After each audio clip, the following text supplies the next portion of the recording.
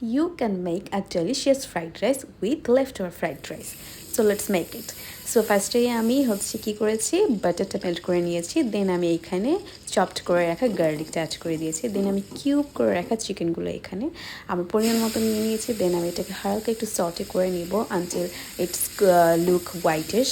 দেন আমি এখানে হচ্ছে লবণ অ্যাড করে দিয়েছি, সল্ট, ব্ল্যাক পেপার, দেন মরিচের গুঁড়া, দেন হচ্ছে চিলি ফ্লেক্স, সব কিছু আমি ভালো করে মিক্সড করে নিয়েছি। এখন আমি এখানে সয়া সস অ্যাড করে দিয়েছি পরিমাণ মতো। অ্যাকচুয়ালি আমার রান্না করতে করতে অভ্যাস হয়ে গেছে, সো আপনারা 1-2 চামচের মতো দিবেন, ডিপেন্ড করে লাইট আর ডার্কের উপরে। দেন আমি এখানে হচ্ছে সস অ্যাড করে দিলাম।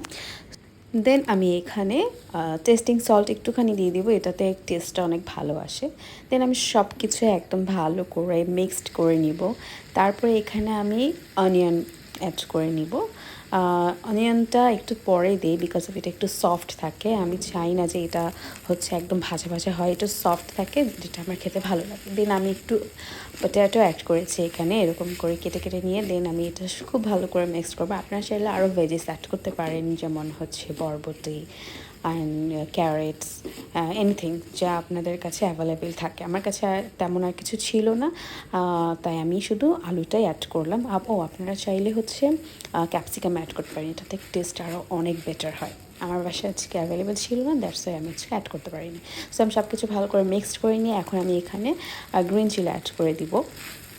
দেন আমি এটা খুব ভালো করে মিক্স করে নিব। সো আমার চিকেনটা যখন একটু কুকড হয়ে গেছে, কুকড বলতে এটা 90% কুক হয়ে গেছে অলরেডি। সো আমি এখানে এই যে কালকে রাতে লেফট ওভার যে রাইসটা ছিল এটা আমি অ্যাড করে দিব।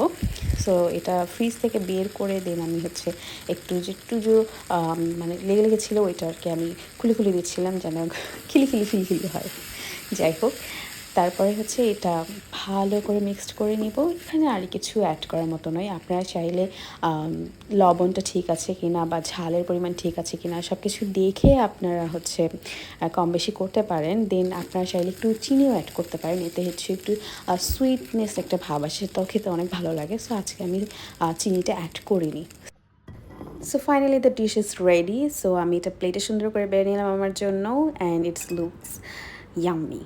আর এটা খেতেও মাশাল্লাহ অনেক ভালো হয়েছিল, আলহামদুলিল্লাহ। আমার খুব ভালো লাগে যখন আমি কোনো কিছু আমার খেতে ইচ্ছা করে, আমি তখন নিজেরটা রান্না করে খেতে পারি, আর এটার আউটকাম যখন আরও ভালো আসে যে ওয়াও আমি এত সুন্দর রান্না করেছি, এত ভালো টেস্ট আসছে, সেটা মানে ভাবতে বা ওই সিনারিওটা এনজয় করতে আরও বেশি ভালো লাগে। সো আলহামদুলিল্লাহ, আজকে এই ডিশটা আপনারা কিন্তু অবশ্যই ট্রাই করবেন, অ্যান্ড ট্রাই করার পর আমাকে ডেফিনেটলি জানাবেন যে আপনাদের কাছে কেমন লেগেছে। এটার একটা বিফেরও আছে। সো বিফটা আমি যেদিন ট্রাই করব বা আমি সুযোগ পাবো আপনাদের সাথে অবশ্যই শেয়ার করব। এই চিকেনেরটাও অনেক মজার হয়, বিফেরটাও অনেক মজা হয়।